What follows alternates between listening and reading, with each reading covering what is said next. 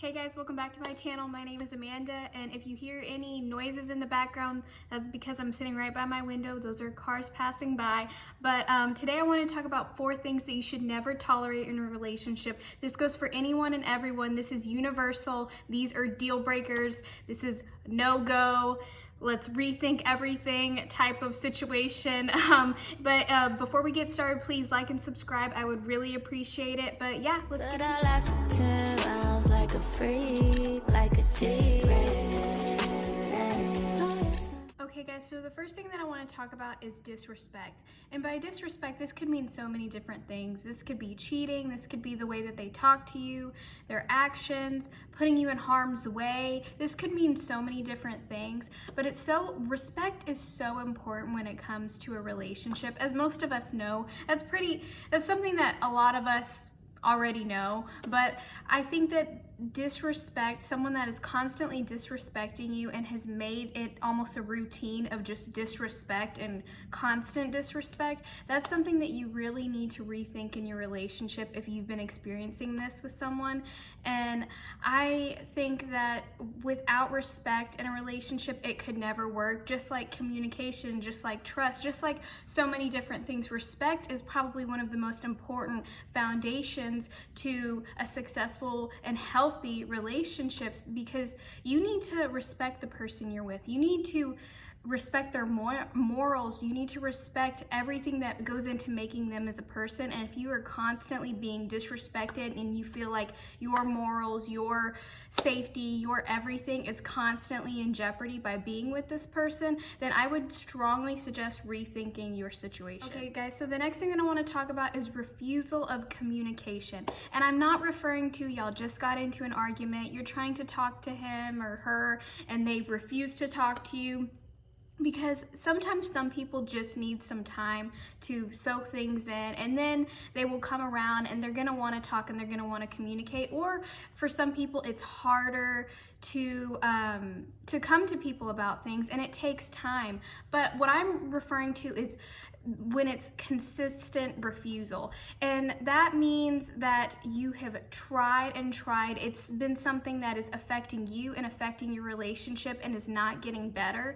And I think that you at some point, there's a difference between being patient with someone and there's another difference between someone just not trying. And if they see the effect that their lack of communication is having on you and the relationship and still refuse to not even try, then that for me is a huge deal breaker, because you need to be able to communicate about the good things, about the bad things, just about everything that there is to talk about in a relationship.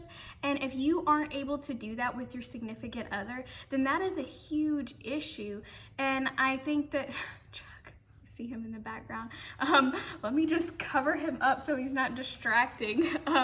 That's something that's so important, because you need to be able to communicate, and you need someone that will try. And it doesn't have to be perfect, because not everyone's perfect. This is not going to be like a Dr. Phil type of situation all the time. Sometimes you're not going to want to talk, or sometimes it's going to take someone a while to come around. But you can respect someone that tries and that puts in the effort, because they know how important it is to you, even if it's not perfect. And if someone is not even trying to put in that effort for you in the relationship, then that is a huge no-go. That really speaks to how they feel about you, or an underlying issue that they may have with themselves, and it is not your job to fix anyone. If you have done your best, you've been as patient as you can, and someone still refuses to not put in any effort, it is not your job to stick around and to wait for them to get their act together, because all that effort that you're putting into staying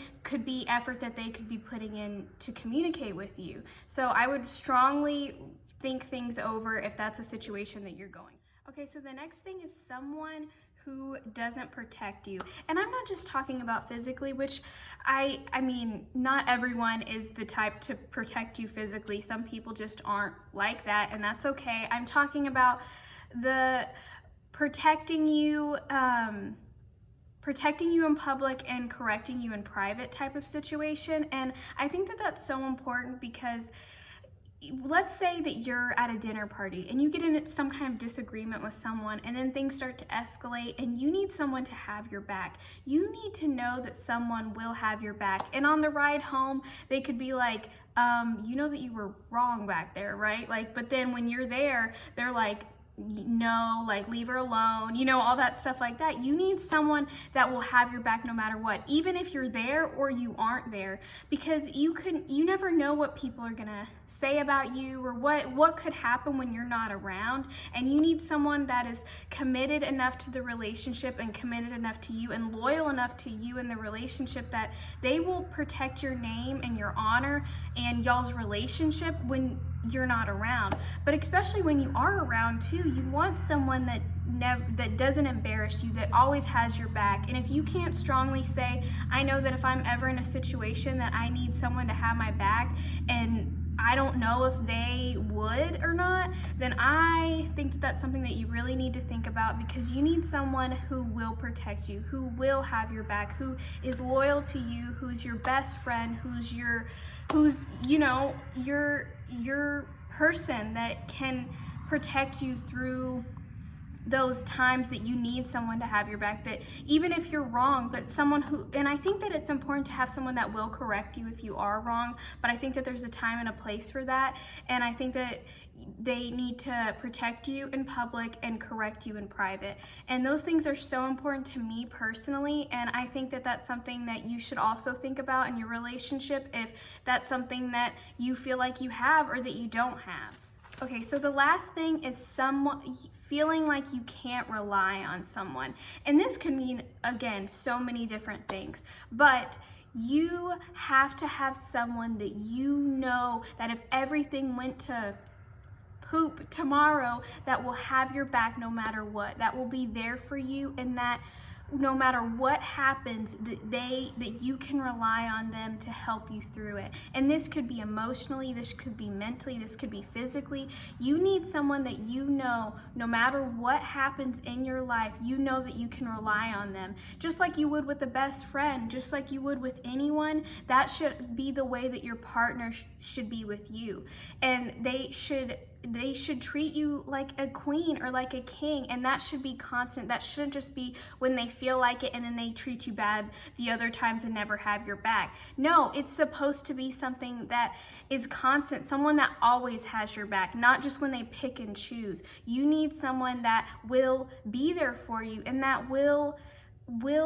you can truly say with your whole heart and your whole gut that I know that if everything went bad tomorrow, that they would have my back and they would be there for me and we would make it through this together. And if you can't firmly say that, then you need to start really thinking about what you're doing, because you have to have someone that you can rely on in a relationship, or it's really not a healthy relationship. You need to be able to call them up if you're broke down on the side of the road and say, hey, I don't know what to do, can you help me? You know, you need to be able to do those things. And if you feel like you can't rely on them for things like that, or hey, I just had the worst day, like can I please like come over, can we talk about it? You know, you need to have someone that you know has your back and your best interest at heart, and that will always have your back no matter what, regardless of anything.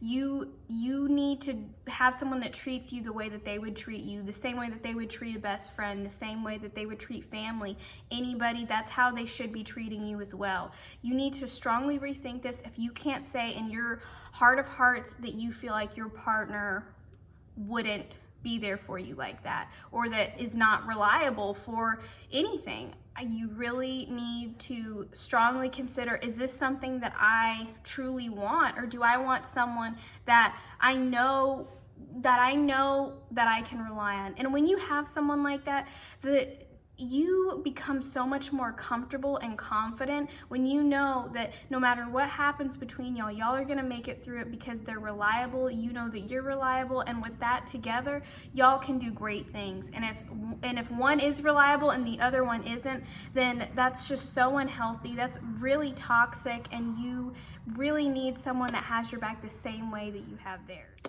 Alright guys, so those are the 4 things that you should never tolerate in a relationship. If you like me, if you like this video, please like and subscribe. just like I said at the beginning of the video. But yeah, all right, I'll see you in the next video. Bye, guys.